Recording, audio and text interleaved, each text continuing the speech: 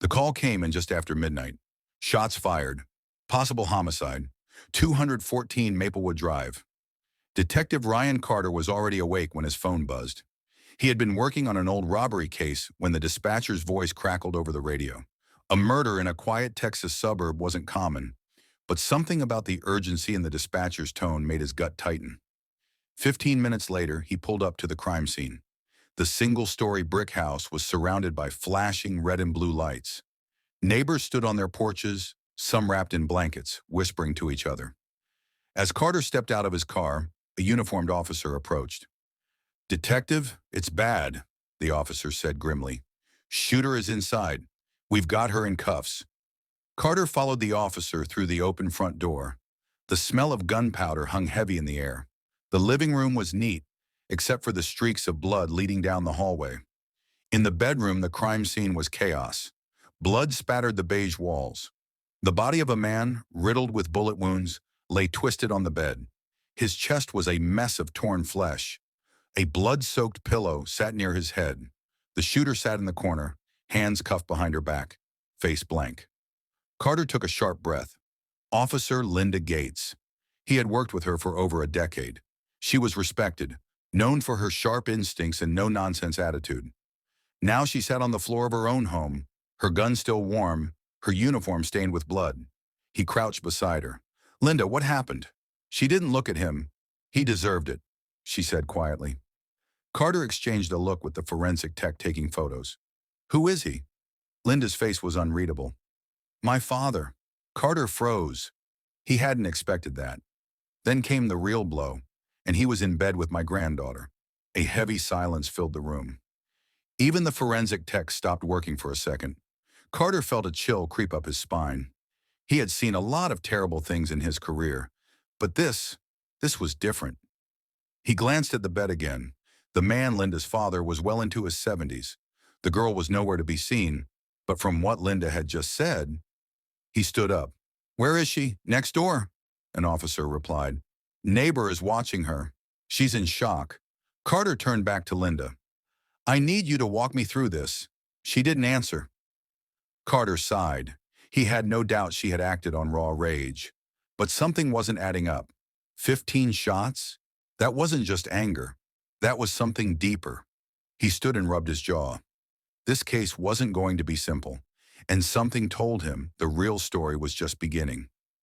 Detective Ryan Carter stepped out of the blood-stained bedroom, his mind racing. Officer Linda Gates had just emptied 15 rounds into her own father. If what she said was true, the act was horrifying. But was it justified? He needed answers. Carter walked next door, where a uniformed officer stood outside a modest white house. The porch light flickered, casting uneasy shadows. "Detective," the officer greeted him. "The girl's inside with Mrs. Cooper." Carter nodded. "How is she?" The officer hesitated. "Shaken. She hasn't said much. Won't let go of that stuffed bear she's holding." Carter sighed and stepped inside. Mrs. Cooper, a neighbor in her late 60s, sat beside a young girl on the couch. The girl, no older than 10, clutched a small, ragged teddy bear. Her blonde hair was messy, her blue eyes red from crying. Carter crouched to her level. "Hey, sweetheart, I'm Detective Carter. What's your name?" The girl sniffled but didn't respond. Mrs. Cooper patted her hand. "Her name's Emily. She hasn't spoken a word since the officers brought her here." Carter nodded. He had seen this before. The trauma was too fresh, the fear too deep. "Emily," he said gently, "I know something bad happened tonight. I promise, you're safe now. No one is going to hurt you." The girl's grip on the teddy bear tightened, but she still said nothing.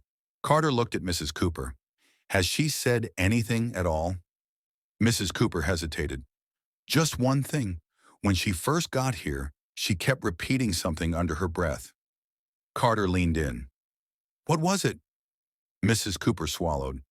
"She kept saying, 'He told me not to tell.'" A chill ran down Carter's spine. He looked back at Emily. "Who told you not to tell?" The girl flinched but didn't answer. Carter exhaled slowly. "Okay, sweetheart, I won't push. But I want you to know, you didn't do anything wrong. And whatever happened, it's not your fault." Emily shifted slightly, her eyes darting to Mrs. Cooper, then back to Carter. Finally, in a barely audible whisper, she said, "Grandpa." Carter felt his stomach turn. He looked at Mrs. Cooper. "Has anyone called her parents?" Mrs. Cooper shook her head. "Her mother passed years ago. Her father's in prison." Carter frowned. That meant Emily had been living with Linda. He stood. "Thank you for watching her, Mrs. Cooper. I'll have someone from Child Protective Services come by." Mrs. Cooper nodded. "Of course, just make sure she's okay." Carter glanced back at Emily. The stuffed bear trembled in her grip. He had dealt with murder cases before, but this wasn't just about a shooting. This was about a child who had been carrying a secret too heavy for her small shoulders. And now Carter had to find out exactly how deep that secret went. Detective Ryan Carter sat across from Linda Gates in the dimly lit interrogation room. The air was thick with tension. Linda's face was calm, almost too calm for someone who had just pumped 15 bullets into her own father. Carter studied her for a moment before speaking. "You need to tell me everything, Linda. From the beginning." She didn't respond. Carter leaned forward. "I understand why you're angry, but I need details. If you want to help Emily, you need to help me first." Linda's fingers twitched against the table. For a long moment, she stayed silent. Then she took a deep breath. "I came home late," she began, her voice low. "I worked a double shift. I was exhausted. Emily was supposed to be asleep, but when I walked past her room, her bed was empty." Carter remained silent, letting her talk. "I panicked. I checked the bathroom, the kitchen. Nothing. Then, I heard a noise from my father's bedroom." Her jaw tightened. "I knew. Before I even opened the door, I knew." Carter didn't flinch. He had seen many reactions to trauma: rage, sorrow, numbness. Linda's voice held all three. "What did you see?" he asked gently. She swallowed hard. He was in bed with her. She was curled up, shaking, whispering, "Please don't tell. Please don't tell." Carter clenched his fists under the table. "I lost it," Linda continued. "I drew my gun." He sat up, looked at me, like I was the one in the wrong. Her voice cracked. "He smirked, Carter. He smirked and said, 'Now, Linda, don't do anything stupid.'" She inhaled sharply. "I shot him. I shot him again. And again. And again." Carter exhaled slowly. 15 times, Linda nodded. "I didn't stop until I heard the clicking, until there were no more bullets left." Silence filled the room. Carter had heard confessions before, some filled with guilt, others with regret. Linda's was neither, but something still didn't sit right. "Linda," he said carefully, "did you know?" She frowned. "Know what?" "Did you know before that night that your father was hurting Emily?" Her eyes darted away. Just for a second, Carter saw it. "You suspected," he pressed. "Didn't you?" Linda's lip quivered. I didn't want to believe it." Carter leaned forward. "But you did believe it." Tears welled in her eyes. "I told myself I was imagining things. He was always so good to her, buying her gifts, taking her places. But sometimes I'd see the way she'd flinch when he touched her shoulder, or how she'd get so quiet when he was around." She wiped her eyes. "I should have done something sooner." Carter let out a slow breath. This case was more than just a murder. It was years of secrets, buried under guilt and denial. And now he needed to dig deeper, because something still didn't add up. Detective Ryan Carter sat at his desk, staring at the case file. Something about Linda Gates' story still didn't sit right. She claimed she had walked in on her father abusing Emily and acted on impulse. But Carter had been a cop long enough to know when a story was too clean, too controlled. 15 shots. That wasn't impulse. That was execution. He needed more. Carter grabbed his keys and headed back to 214 Maplewood Drive. The forensic team had already processed most of the scene, but there was one person he hadn't spoken to yet. Emily's grandfather's closest neighbor, Mr. Harold Monroe. Mr. Monroe was in his late 70s, a retired truck driver with deep wrinkles and sharp eyes. He opened the door the moment Carter knocked.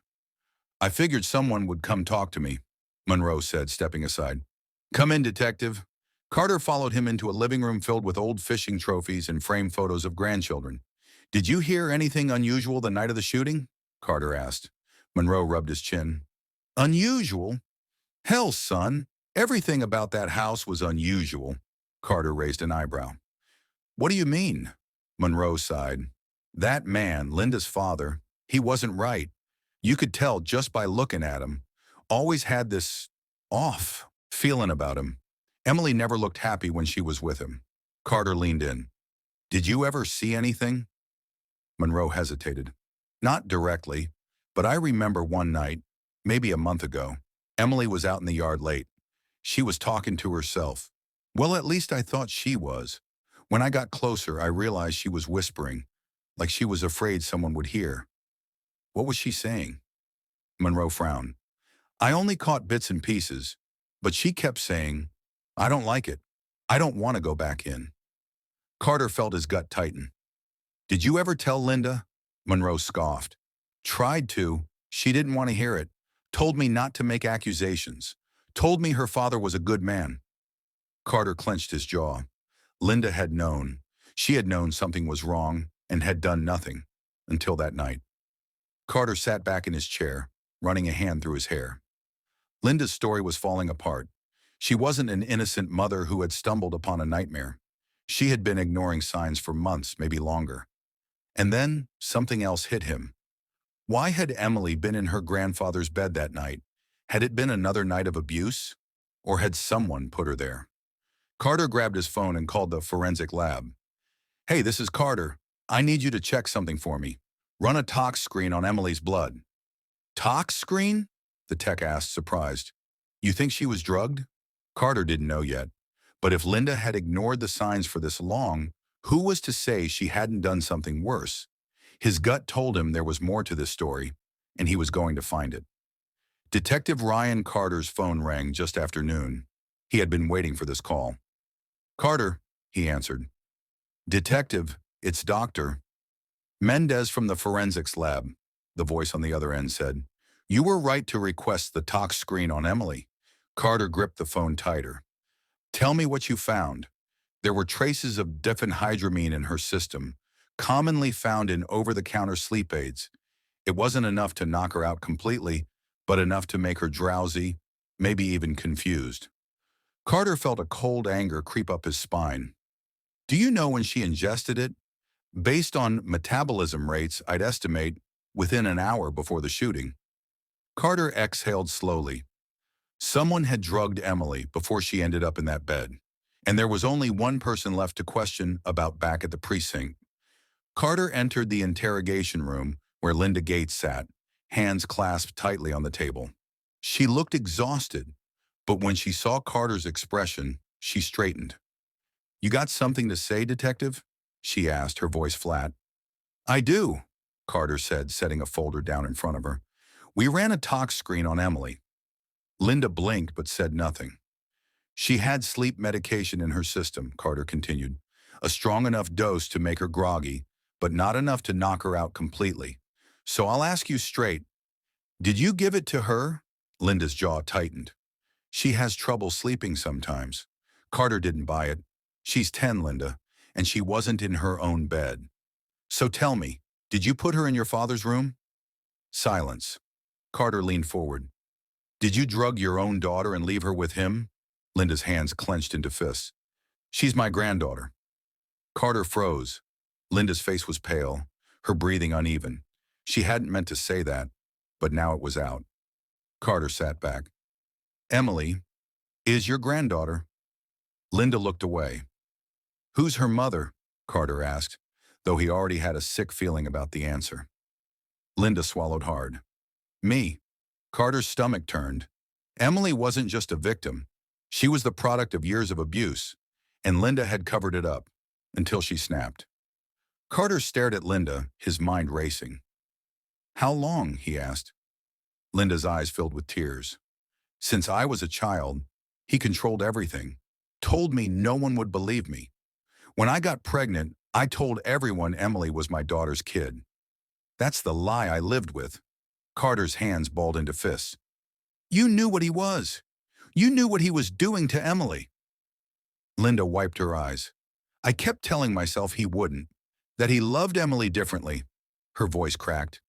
But then I started seeing the signs, and that night I saw it for real. She exhaled shakily. So, yeah, I drugged her. I didn't know if he had touched her yet, but I knew he was going to. Her voice hardened. I wasn't going to let him. Carter let the weight of her words settle. Linda Gates had spent her life as a prisoner to her father's abuse, and when she saw history repeating itself, she chose to end it. 15 shots, 15 years of pain. The case was closing, but the horror of it would never leave that house. Detective Ryan Carter sat in his office, staring at the notes in front of him.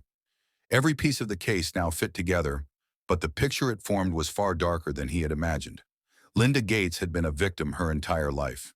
She had been forced to raise her own father's child under the pretense that she was just a grandmother.